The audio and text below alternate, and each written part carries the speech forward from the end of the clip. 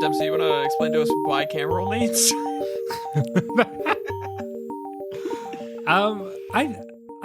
So growing up in Nebraska, I'm always surprised when people do not know what bi and uni and tri and any other number prefix you can put on cameral. You can put I guess you can be a quad cameral. Anyways, it's the body of legislators, and Nebraska is very famously the only unicameral state in the U.S., and the federal government and pretty much all other state governments are also bicameral because they have a House and a Senate. Whereas Nebraska, I'm pretty sure only has representatives. There's no Senate. We're democracy better. Okay. That's Nebraska's slogan. Democracy and that's better.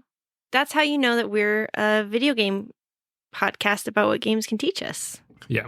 We just learned. Today I learned. Thanks, Katie, for taking my line. Hi, everybody. Welcome to Overthinking Games, a podcast about what games can teach us. Thank you, Katie. You're welcome. My name's Seth. That's Dempsey. That's Katie. Hi. Hey, everybody. This week we're going to be talking about a bit of an odd topic. I like to call it the like topic. It's like I'm a well-known roguelike enjoyer. So I want to talk about roguelikes. I want to talk about Souls-likes. Metroidvanias don't end in like, but it's a genre. So we're kind of talking about genre today. We're kind of talking about likes and why I think it's good to identify with some of those sometimes, and sometimes I think it's good to distance yourself from those. It kind of depends on the scenario. But first, as always, a little chat about what we've been playing this week. Katie, what have you been playing this week? Oh my gosh, you guys, I've been playing so many games lately. I had COVID and I was sick and at home. Welcome back. Welcome back, Katie. Thank you. Oh yeah, thank you. Thank you. I was so sad to miss you guys last week, actually. I was a sick person. So thank you guys for carrying the torch. But while I was down and out, I played several games. I tried to play Undertale. I really tried because Dempsey asked me to, and he played Citizen Sleeper so that I would play Undertale, and I didn't like it. Okay.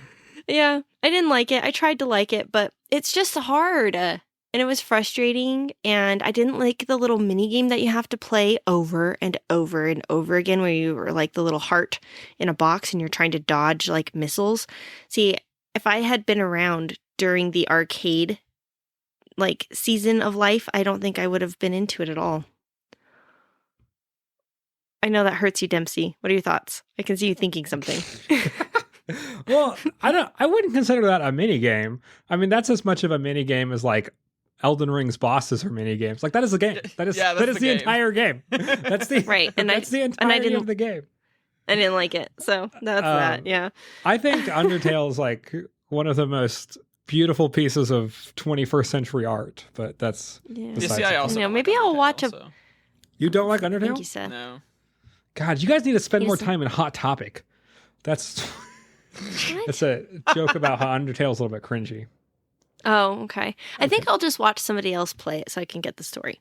I also I started Metro 23 Redux, which is a first-person shooter set in post-apocalyptic Russia, and there's been like a nuclear winter, and everybody lives in these metro tunnels, and there's like mutant monsters, and you play as, what's his name? Artyomov or something like that, and you have to go above to the surface for some reason. I forget why. And it didn't really grip me too much yet. But it is kind of fun. It's an older game. You're shooting monsters. You're being killed by radiation. It's a survival horror sort of game. It's not too scary, but I might come back to that one. It was a little bit intense when I was sick. Then I was playing Lacuna, which, Dempsey, did you talk about Lacuna before? I have never played Lacuna. Oh, okay. I don't know why I thought you had. This was one of the ones that I got in that random Christmas bundle that I bought, full of like 75 games, half of which are probably not going to be played. This one is a sci-fi film noir point-and-click adventure mystery game where you play as this government agent who is trying to solve the assassination of a foreign dignitary. And it's just really cool. It's kind of like it's almost 2D, like kind of pixel art. There's not a lot of detail in the face and stuff. It's mostly reading, and you run around this kind of cool, vibey place and just try to figure out what's going on. It's pretty on the rails until you get to certain points where it's like choices matter. And then I'm like, well, maybe I need to play this again because this first part went extremely badly for me. And I'm like, maybe if I had done something differently, I could have saved that person. I don't know. But it's really good and not bad for less than $1. So I'm enjoying that. Just for the record, could you please recount the genre of that game? Well, the literary genre would be sci-fi noir.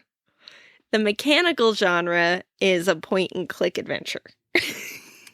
So, point-and-click, sci-fi, noir... Film noir adventure. Film noir mystery. Adventure. Mystery. Now with Dante from Devil May Cry. Yeah, pretty much. And then the final thing that I've been playing that I'm so obsessed again. It's Hollow Knight. I've come back to Hollow Knight because you guys, oh my god, I didn't tell you my biggest news. Silk Song is coming out. What? I got a TV in my bedroom while I was sick. I was like to my husband, I was like, honey, I really want a TV in my bedroom so I can play games in bed because I'm so sick.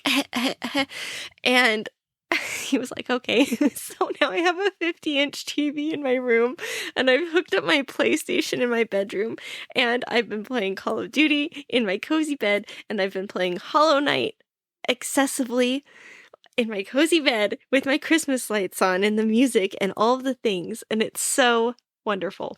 I'm the happiest I've ever been. What is Hollow Knight like on a big screen? Because beautiful. I only played it on the Switch. It's beautiful. The art is so beautiful. The music is so beautiful on big speakers. The whole experience has just been extremely good. And I can play this game on a PlayStation controller without hurting my hands, which is really good. So I've been enjoying the heck out of that. That's what I was doing before I recorded today. I was like, I can probably figure out where I'm supposed to go next if I just play for a little bit before I record. And then I was like, oh crap, I have to go hurry and get set up. So that's what I've been doing. I've been kind of bouncing around genre and different games, but I've settled on Lacuna and Hollow Knight for the most part. So what have you been playing, Dempsey? I want to say something about you playing Hollow Knight. I think I should also start playing Hollow Knight. You know how in Elf, Santa Claus has to get all of New York to believe in him in order to fly his sleigh? I think that might be like the Team Cherry with Silk Song, where if enough people play Hollow Knight at the same time, it'll like the power of belief will make that game come into existence. I think that's true. That sounds real to me. Yeah, that sounds real to me. So I'm going to probably also start playing Hollow Knight. Play it on a big TV. It's so pretty. Yeah, I'm going to have to try that. So I have been playing Baldur's Gate still. It's very good. I started Honor Mode. What's that? I am playing so it's where you get one save file and it's the hardest mode. And if you lose your whole party, like a total party kill, it deletes your save. Years of playing Fire Emblem have taught me you can still save scum your way through Honor Mode. So you can still just quit the game, just completely go straight to the PlayStation menu and exit the game if you're getting close to a total party kill, which is how I am playing, because it's still frustrating. There's still an element of risk and frustration with it. I think I might play it more Fidelius later, but right now this is the experience that I want. I do not want to get 100 hours into this game and have my save file deleted. I can't do that. Wait, so is Baldur's Gate trying for roguelike status with that? Is that... Depends on how broadly you define that. Is that what's That's happening, good. Seth? No, It would have to be. not It would happening. have to be you. No, hold on. If it gave you a random character every time, and you could have like if it randomized your character every time, I think then it could be a roguelite. No, yeah, I mean, like, I don't Baldur's think it has Gate to randomize to be a roguelite. hell yeah, it does. Well, I mean, kind of. So, like, Baldur's Gate could legitimately pull off a roguelite, I think. Given the fact that, like, Rogue was, it used the second edition D&D rules for the original Rogue game. It'll be a mod. I'm sure it'll be a mod. Yeah. I mean, there's nothing that you couldn't do in a Baldur's Gate 3, like, roguelite. Oh, definitely. Yeah, it'll be a mod in 5 years. I've also been playing Citizen Sleeper, and Yay! unlike Katie's extraordinarily disrespectful review of Undertale, blessed be his name. I was going to say Toby Keith, but that's not the right Oh, Toby. no. Toby Fox. He just passed away as well. Yeah, I know. That's a very funny joke. Oh my God, that joke is so good. But blessed be his name, Toby Fox. I am really enjoying Citizen Sleeper. I skip a lot more of the dialogue, and it's all dialogue. I skip a It lot is all more of the dialogue. text than I would care to admit. It is the closest game I've played that is just reading a novel. Citizen Sleeper is far more of a book than it is a game. It's a good book. It's like a really good book. I have been really loving babysitting for my friend when he has like awkward work shifts, which is a very fun plot. I'm trying to grow fungus in the kitchen of a restaurant, which is pretty fun. Sometimes I just do my bar shifts and like fantasize about myself like having like a regular life on this spaceship. I really connect with the more mundane elements than like the actual narrative. Like you're being hunted or whatever. There's like elements of like a corporation wants your body back, and yeah, that's fine. I love like the really low stakes interactions that you have with everybody else on the ship. That shit is my jam. And I think that's where it excels. The idea of a dice based management sim is also really fun. Like I think that sounds really stupid when you say it out loud, but it's great and it's really addicting, and the cycles go by so fast. You're always like, oh, I could just do another day.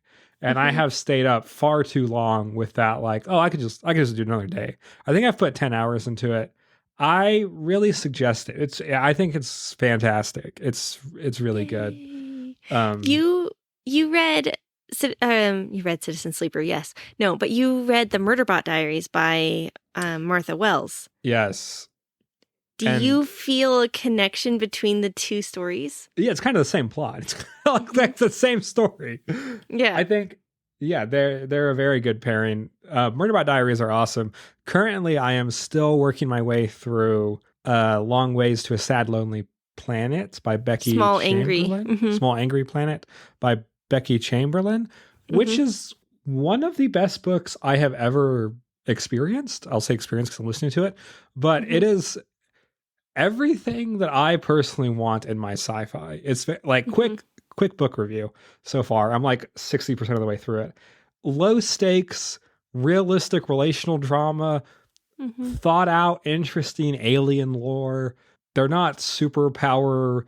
Everyone's so reasonable and thoughtful. There's like this fantasy of like your boss being proud of you and your friends sticking up for you. It's like it's a sci-fi about good people trying their best to be kind to each other.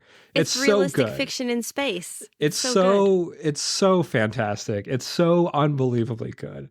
Becky Chamberlain is like just astounding, that book. Anyways, it is so good.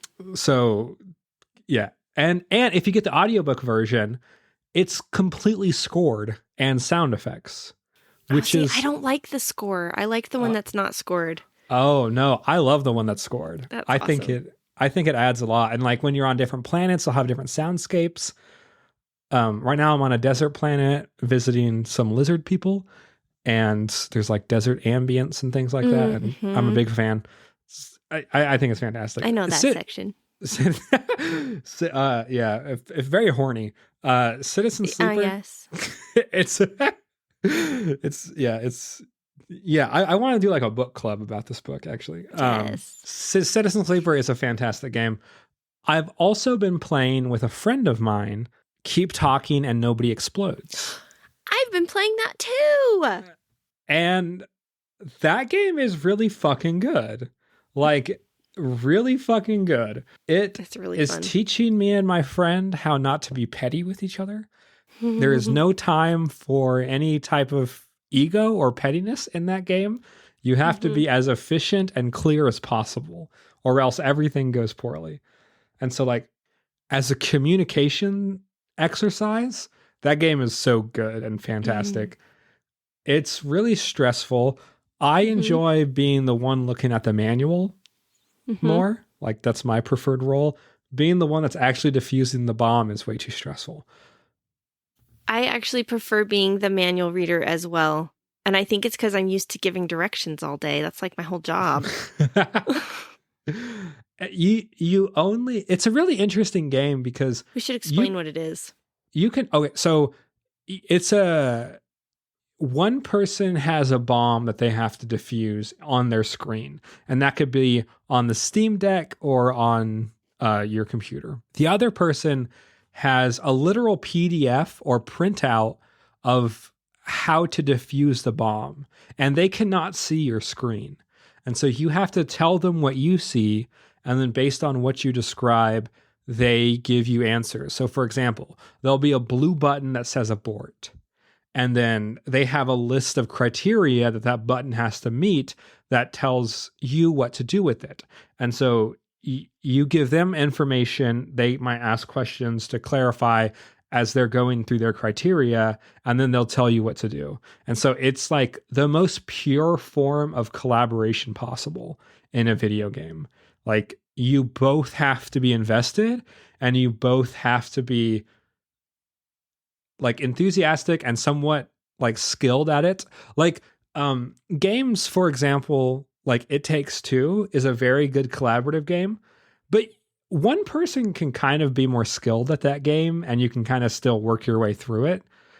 Keep Talking and Nobody Explodes is not that way. Like, it is a genuine, actual collaborative experience in a way that I don't think I've experienced in a video game before. So that's been also awesome as well. Awesome and awful. Awful. Yeah. Seth, what have you been playing this week? I'm glad you asked. I sent these two a message earlier this week that I've finally achieved like the big goal I had set for myself in RuneScape. So that's the end of my RuneScape journey. Yay! For anybody interested, it was completing the Barrows, which is like it's like one of the first like dungeons, like raids that RuneScape had implemented back in like 2003 or something. So literally doing like 20-year-old content was my goal for this game. But there's a lot of detours along the way. Like, I did a free-to-play account until a certain point, and then I did like the membership account. But I think after totaling the hours, I have about like 215 hours in the account. Just to give a reference for like how much RuneScape I've played over the past like month and a half or something. Like almost like 2 months at this point. Like a month and a half. So yeah, that's been exciting. And I achieved my goal of like doing a run of this dungeon. And I probably could have done it like almost a month ago and have like probably mostly gotten through it without too much of a problem. But I was like, I don't want to do it in the minimum equipment. I want to do it in like the recommended like low level equipment. So that's kind of what I've been like working towards for the past forever, with a whole bunch of like detours for random stuff. Congratulations. So, thank you. That was fun. I did one run of it and I was like, that was cool. And then I'm like, okay, so now that I've done it once, because the first time you're doing it, you're like, I don't know what to do. And the second time I was doing it, I was like, oh, like I'm going to feel a lot more comfortable doing this. And then I got like one of the expensive rare drops that you can get. That's like a 1 in 50 drop or something. And I was like, cool. So I'm definitely done now. Because that was Right. going to be my like sub goal. It's like, okay, like I can do this, but then I'm going to do it till I get like a piece of the cool equipment. And I got it on my second try, and I was like, nice.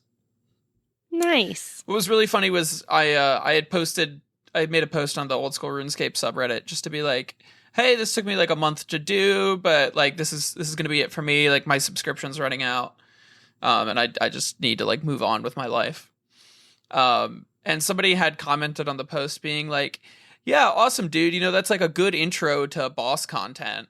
And I'm like, I literally dropped 200 hours in this game for some dude to be like, yeah, it's a good intro to the content.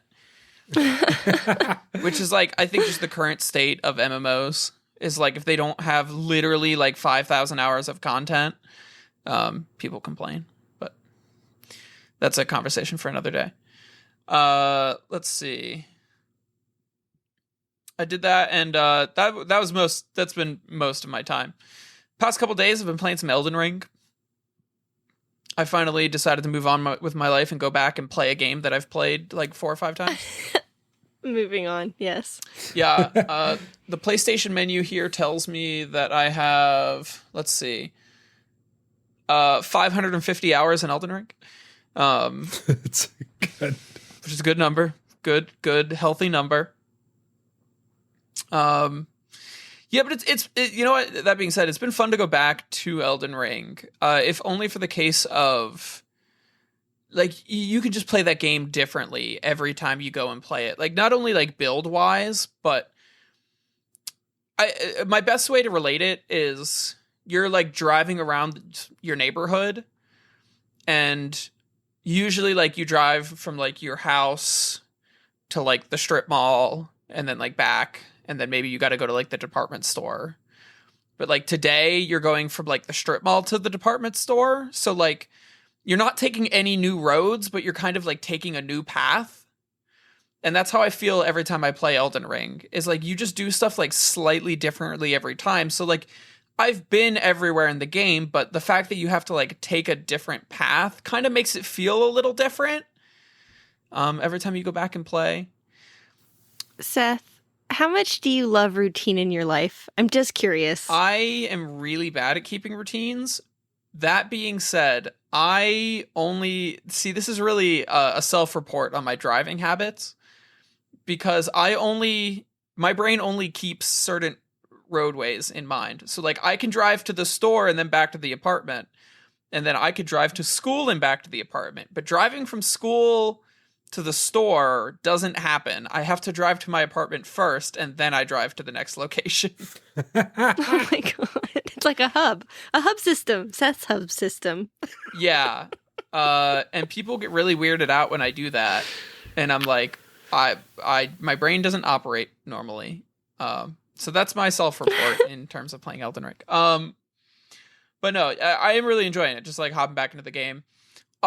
All the Souls games are like way easier the second time around. Like your brain knows all the patterns already. It's surprisingly like hard to forget them. Once you get back into the rhythm of the game, you just like smoke it the second time around.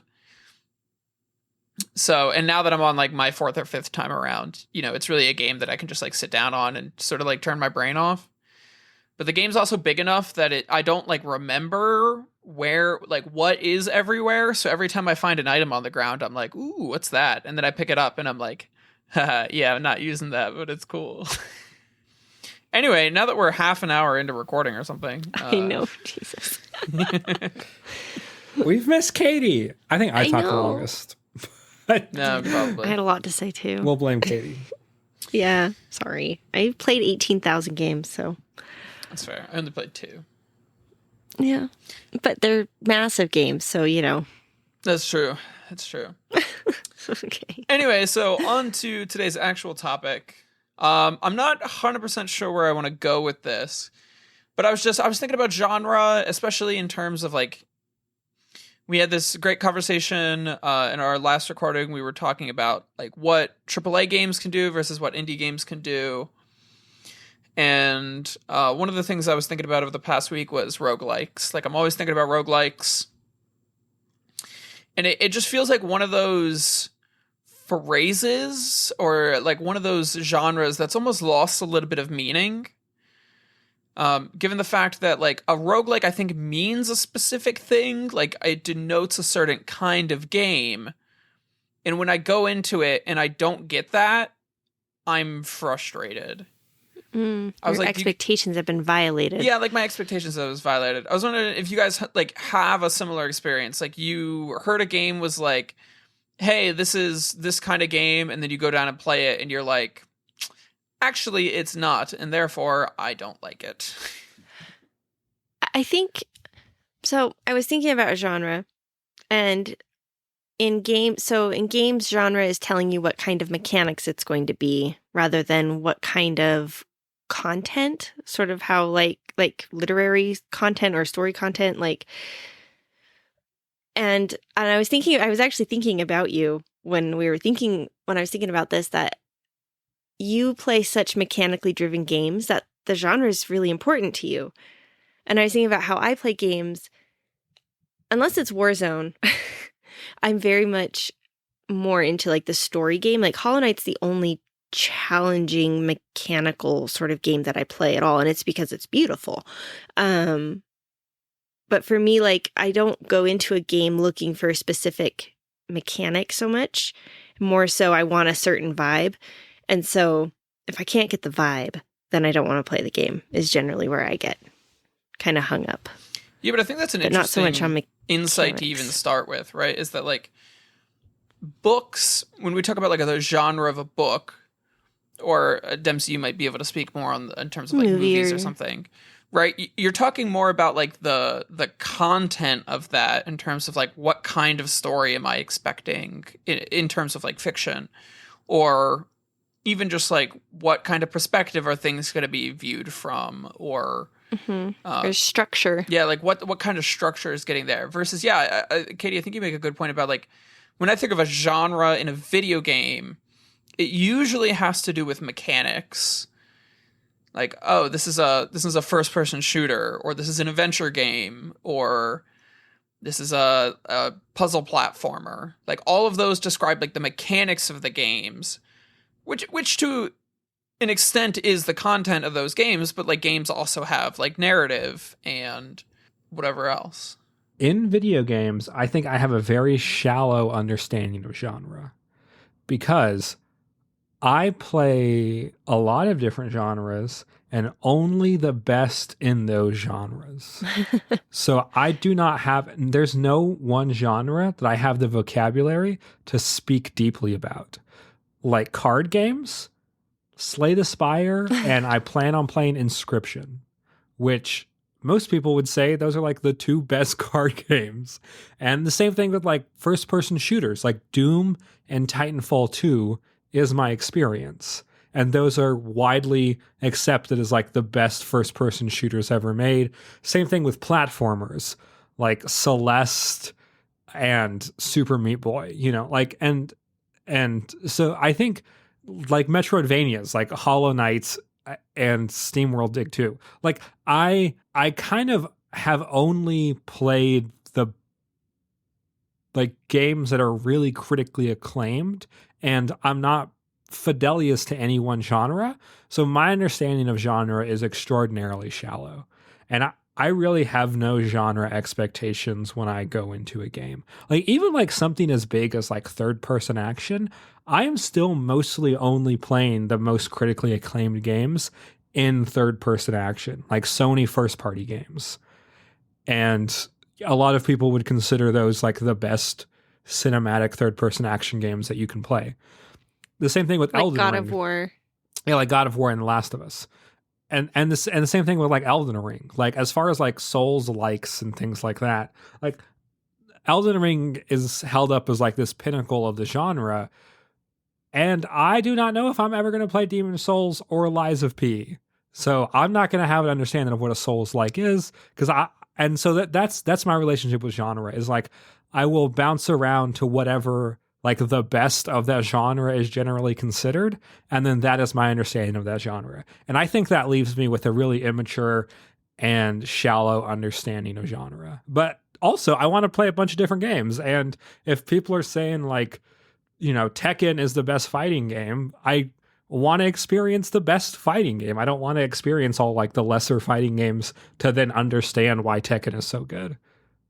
I don't know. I don't think that makes you have a immature grasp of it. I think it gives you breadth. You're able to have the basic grasp of a lot of different things rather than maybe if you'd only ever played like one type, like roguelike or something all the time, constantly.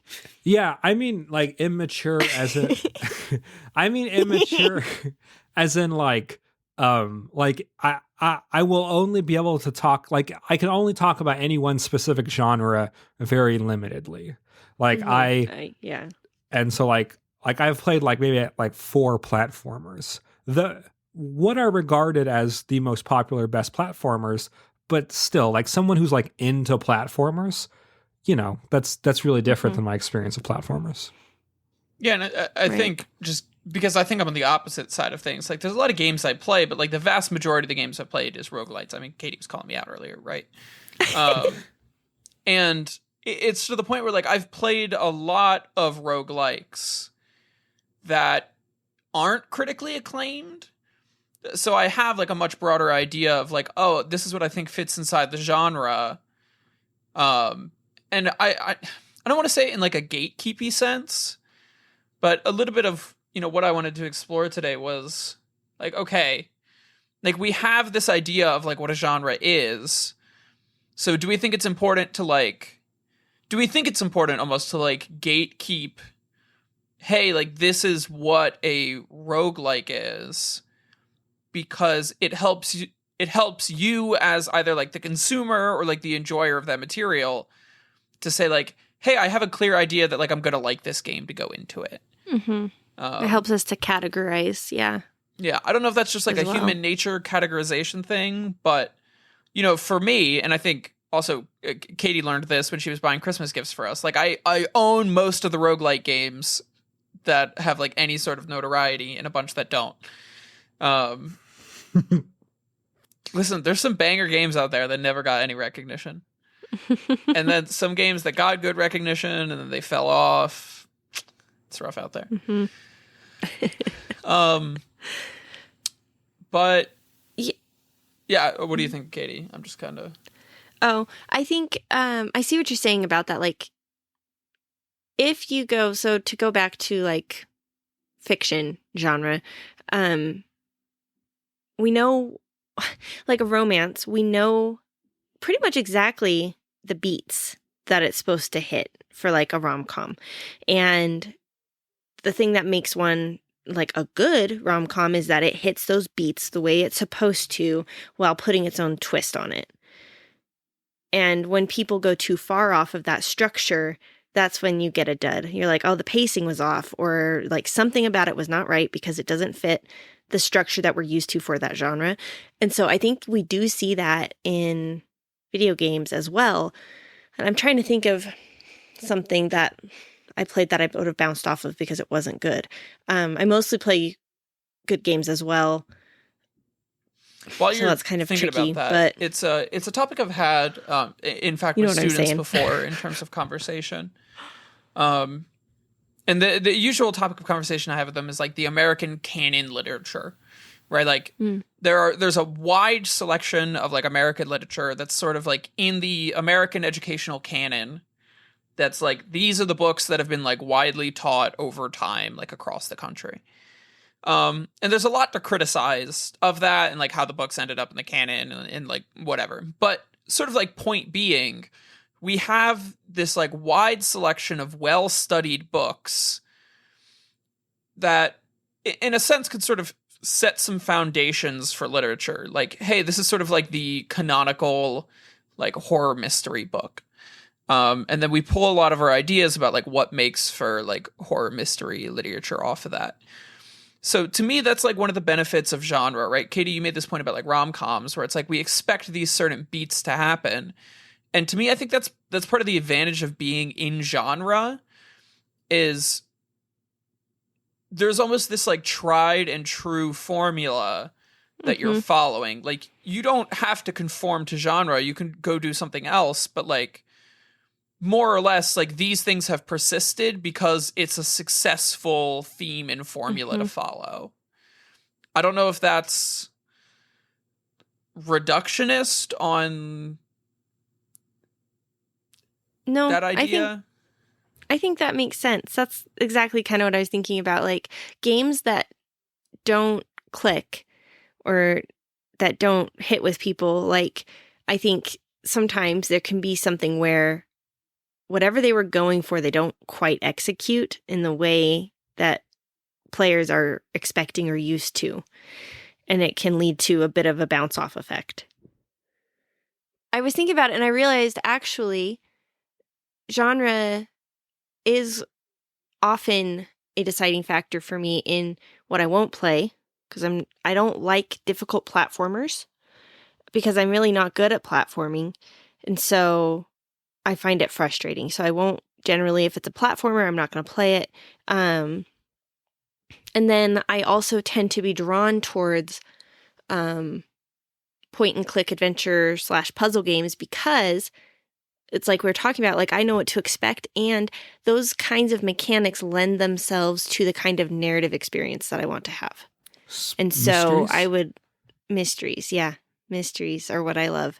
So mystery is my favorite genre in literature, and I really enjoy mysteries in video game form, and they tend to be point and click or visual novel-esque, those sorts of not mechanic heavy gameplay types. And so that's what I tend to look at actually when I'm looking on Steam for something to spend my money on that I shouldn't. I usually look through the puzzles because I know that they're going to have the kind of experience that I'm looking for. Yeah, so that's a good point. I think the point about experience is good too, because thinking about roguelites as a genre, I mean, they tend to be a fairly narrative agnostic genre. And I think that's really a mechanical consequence, right? Like when you're playing a roguelite, you're dealing with the fact that like, okay, when I lose this run, I'm going to have to start again at the beginning. And there's games that have done interesting narrative things with that. Hades. Yeah, right. Like weirdly in sync between the two of you. But yeah, like Hades obviously does like a fantastic like narrative job of that. And I think that's one of the reasons like Hades has such a renown is because as far as I'm concerned, I think it's the game that's like really pushed the narrative aspect of the roguelite genre. Other games have like touched on it. Even like the Binding of Isaac game does like a little bit, but it's not really core to the narrative in any sort of way. You just like start another run. Enter the Gungeon does it like a little bit. Returnal has a pretty hefty narrative. Yeah, Returnal's got a little bit of going on. I'm trying to think of like traditional roguelites that are like computer roguelites. Nuclear Throne plays around with it a little bit. But like a lot of the games in the genre just kind of assume like, hey, you're going to be like restarting the run when you lose. And it's just kind of like a mechanically accepted aspect of the game. But I also know from my experience of like other games, like I come from a Magic the Gathering background. I come from like a Dungeons and Dragons background where like the mechanics of those games are what fascinate me the most.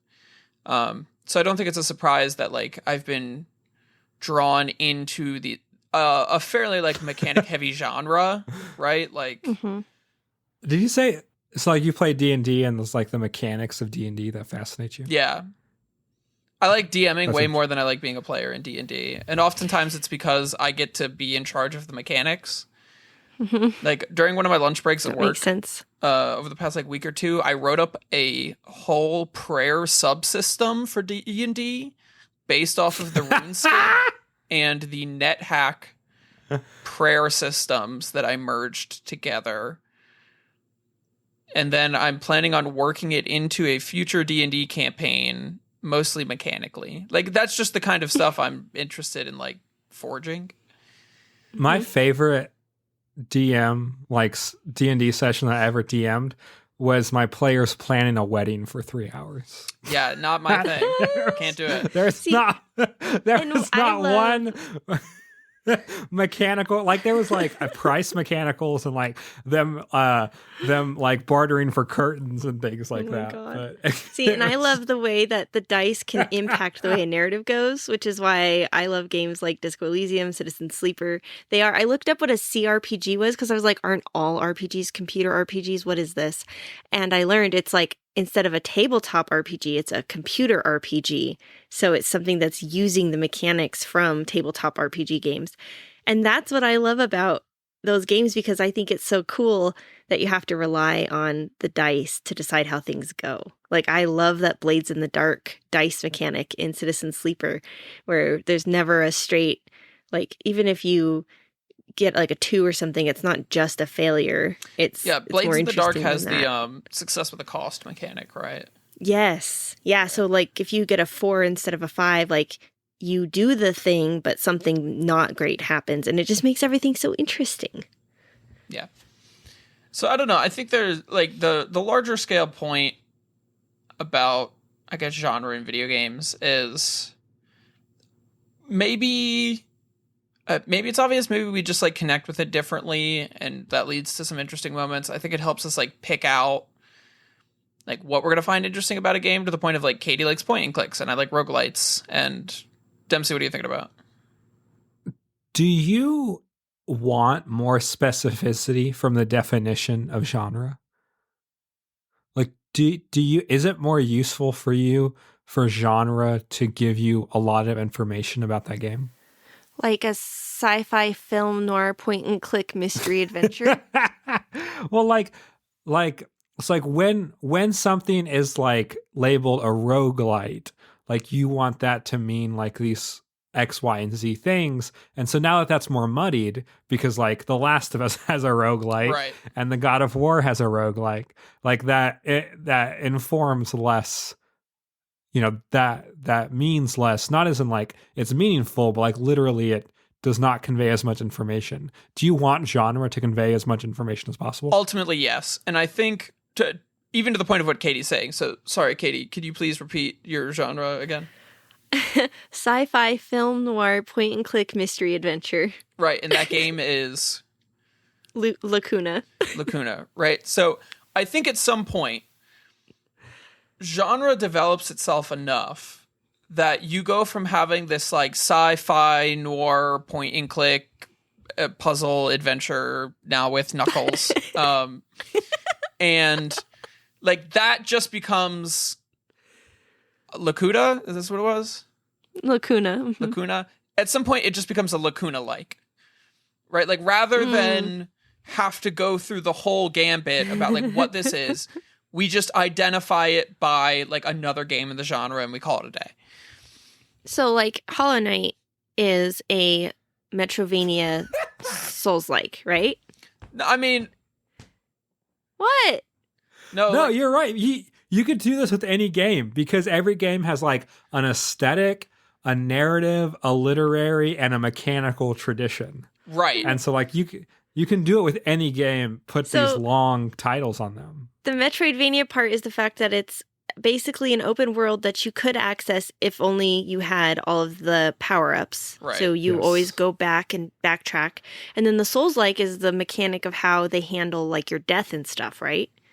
Yeah. That you have to go back and kill your shade. So that's interesting, because does Souls-like also communicate tone? Because it's also a gothic fantasy. Yeah, I would not identify Hollow Knight as a Souls-like, for the record. Really? Yeah, I think that it is, isn't it? I mean, I think you need to play more Souls games, but sorry. Well, That was intentionally okay. caught. No, I mean, and this is right. You can like argue about these kind of things for forever, because it like, I think also the thing here is it is intentionally vague. Like, we identify things as a roguelite, and I think people can get really in depth about like what that means, or you can identify something as a Metroidvania, and you could be like really hardline about like what that means, and I don't think it does you much benefit other than just like having arguments on the internet. But like, okay, you're both looking it up tradition. right now. Shut up. I don't care what the internet says. I am looking it up. In that tradition, this is for TikTok. TikTok Do you think that Hollow Knight is a Souls-like? Let us know. No. This is important information. But anyway, It is. to the point, like, because Hollow Knight really falls to me in the genre of like Metroid, which, like, if you guys haven't played Super Metroid, you can get it. You guys both have Switches, right? Yeah. You guys both have Switch Online. Mm-hmm. If you go to the Switch Online, you know they have like retro games that you can play. Mm-hmm. You can play Super Metroid. Oh, okay. It does not take super long to play. It's like a 7 or 8 hour game. That you will probably need to like look some stuff up because it's just like the nature of like old games. But it gives you some really cool insights into like a lot of what went into the mind of the developers when they were developing something like Hollow Knight. Or like I've tried playing some of the old Castlevania games. They're not really my style. Castlevania Symphony of the Night's a pretty good game, that being said. But like Hollow Knight really much more closely resembles like Castlevania Symphony of the Night than it does Dark Souls in like any capacity other than vibe. Like to me, Hollow Knight. And you have to go back and get your Geo. Yeah, but that's not a thing that you. Okay, it's a thing that you have to do in the Souls games, but. And they have benches. And they have benches. Okay, but So like there's other elements games at have least. checkpoints. It's Yeah, but not like wasn't invented. Right, like I feel like bonfires are pretty specific though. Right, so like clearly it pulls some inspiration from like the Souls series in terms of like tone and stuff. But like I would not call it a Souls walking it like. back. Mechanically, it doesn't hit like. But to me, Souls like has a lot to do with like the combat, which like Hollow Knight does not have Dark Souls combat. It has Great Metroidvania combat, and it really has like Castlevania combat. But anyway, but like Hollow Knight is also a game, right, that's like standing on the shoulders of its previous like platform adventure game like predecessors. Right, like Ori and the Will of the Wisp was the pretty predecessor to what made Hollow Knight better than that. When did Ori come out? Ori came Pretty out sure. before Hollow Knight. Yeah. Yeah. I see influence with like the light and the color palette with Ori. Maybe I'm wrong, but I mean, I think they came out only like a year apart, and Hollow Knight they? took a couple of years to develop, so it probably wasn't maybe I'm wrong. Yeah. direct inspiration. I 'cause learned think- about them. I learned about them at such separate times that I was like, no, that must have come first. Ori and the Blind Forest came out in 2015. And Hollow Knight came out in 2017. Oh. Yeah, I'm wrong. So like they're games that probably would have been in development at around the same time. But yeah, there's I forget where we were at really. But I should You play were Ori. trying to That's that's what I got out of this. Ori is actually quite fun. It's hard though, the platforming's more difficult. I own one of them. I can never remember which one came first. Ori is fun. Ori and the Will of the Wisp is the first one. Yeah. Or no, Ori and the Blind Forest is the first one. No, I just looked it up. This is This Is is it? the exact Okay. same thing that I go through every time I think of the Ori game. Literally the exact same Oh thing. my gosh. Anyway. All I know is that the soundtrack slaps on those games because I listened to it. I listened to Ori game music and Hollow Knight game music at work. And shout out to Josh Guitarafolo because I always listen to his arrangements. We have an interview with him. Go listen to it. I know, it's really good. Anyway, but like Sorry. genre does a lot. And to Dempsey's point of like, yeah, I think I like genres to mean certain things. That was the point I made like a while ago about like, I think there is some benefit to like gatekeeping. Like, what does this genre mean? Because I need it to mean something so that like I know what I'm getting into. So you can make sure that you don't accidentally go to the store before you go home. Yes. Like, I had to think about, Yeah. is that a reference to something? And I'm like, well, that's referencing me from like half an hour Yes. ago. Yes, it's a callback. Yeah, it's a callback. See, I listen to what you say. Is that a call out? Call outs, callbacks. No, callback. Callback. Yeah, never mind. But there is still, and I think a lot of what like pushes games to be interesting is muddying the genre, but in an intentional way, right? Like you could call anything a roguelite, but that's not helpful, I think, either for your game or the genre, because I think that's going to attract people to your game who are like, I want to play a roguelite, and they play it and they're like, this isn't a roguelite, I'm angry. And then like it also becomes problems for roguelites because now we're like, what is a roguelite anymore? Versus like if you create a game that you're like, yeah, this is a like match 3 roguelite, then I'm like, okay, you're intentionally blending genre here. That's what 10 million is. It's a match 3 roguelite. Okay. That's why it's not a good game. I like Grindstone, and Grindstone's match 3 game, and Grindstone fucks hard, so it's a good game. Have you ever played Grindstone? No, I'm just laughing at you saying that. I know. Now I'll notice it. Yeah. I think I want to touch on that.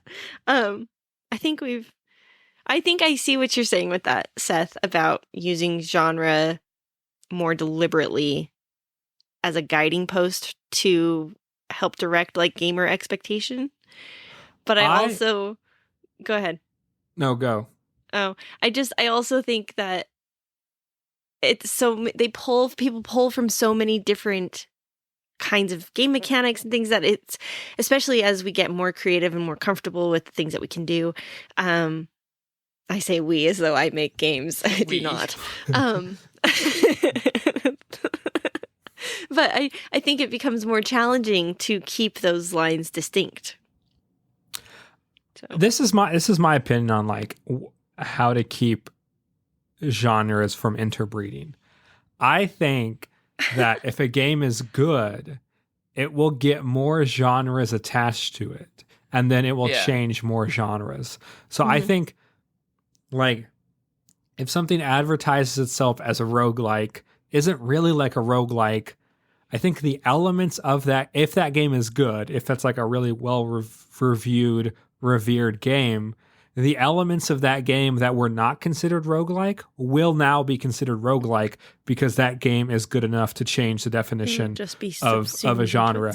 And I think that we've seen that a lot with like Metroidvanias, and like I think there's a lot of games that are good enough to that if games are good enough, people feel more comfortable tagging more genres onto them. Yeah, I don't know, because that's an interesting one. But I think that's where we end up with the likes again, right? Like a game ends up spinning off its own genre off of something else in, I think, a very natural way that you're pointing out. I think a great example of this is Diablo 2. Fantastic game in its own right, like widely considered like one of the best ARPGs out on the market. Pretty much spawned the idea of some basement dwelling nerd is going to call me out on this, but pretty much like spawned the idea of like randomized loot drops in games, which I'm sure spawns off like Diablo 1 or something. But you can take that idea of like Diablo 2 and it eventually spins off into the loot system in something like World of Warcraft, or where like you get a drop, but that drop is like a randomized loot, and then that would eventually like spin itself off into like the MMO genre as a whole.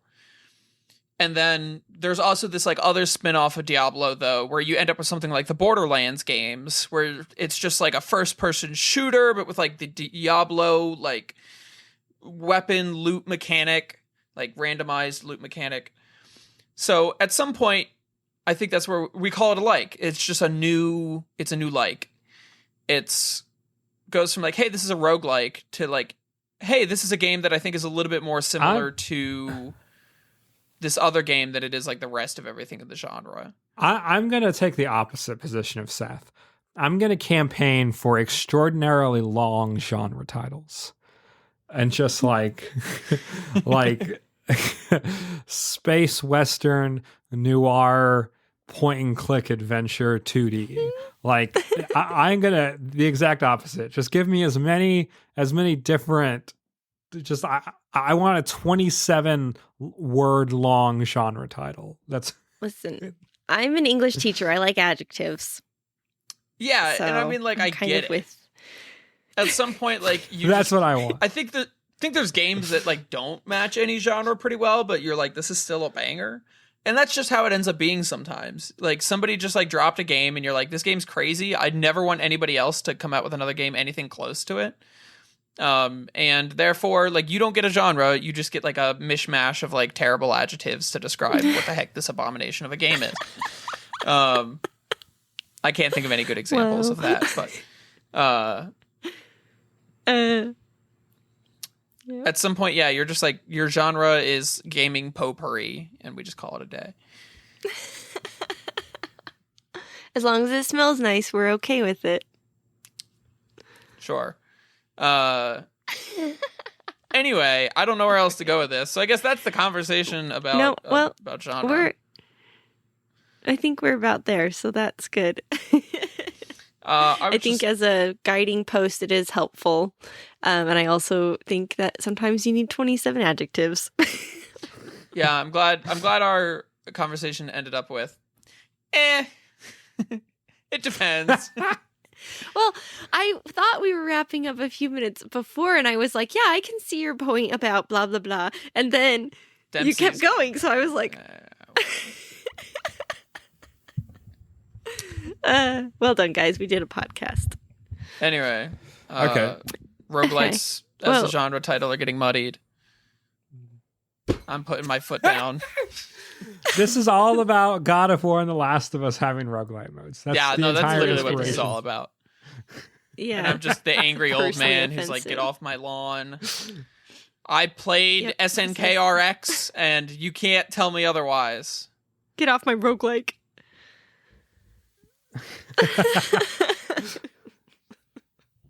Marvelous. All right. Well, thank you so much for listening. This has been Overthinking Games, a podcast where we talk about what video games can teach us. Join us next time. We'll talk about something different. And we said it at the beginning of the show, but I'll just say it again. If you want to send us an email at our show email, that would be great. Let us know what you think about genres. What's your favorite genre? If you could mash two genres together, what would they be? And we'll catch you next time. Leave us a review also, please. Okay. Bye. Bye. Bye. Get some sleep.